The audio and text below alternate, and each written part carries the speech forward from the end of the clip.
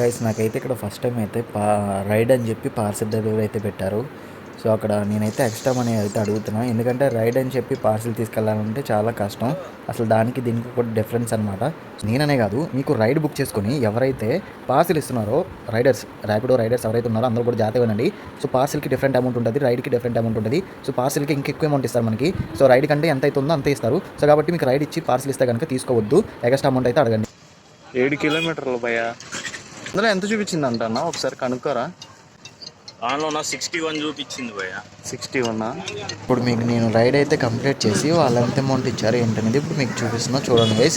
నేనైతే వచ్చేసాను డ్రాపింగ్ దగ్గరికి. సో ఇచ్చేసాను, మనీ కూడా నా చేతికి ఇచ్చేసారు. సో చూడండి, ఇప్పుడు 62 కానీ మనకు 110 ఇచ్చారు. ఎందుకు అని అంటే మనం వేసిన పార్సల్ కాబట్టి. అదే నార్మల్ రైడ్ అనుకోండి జస్ట్ అదే అమౌంట్ పడుతుంది, కానీ మనకి పార్సల్ కాబట్టి సో మనకి 110 అయితే ఇచ్చారు.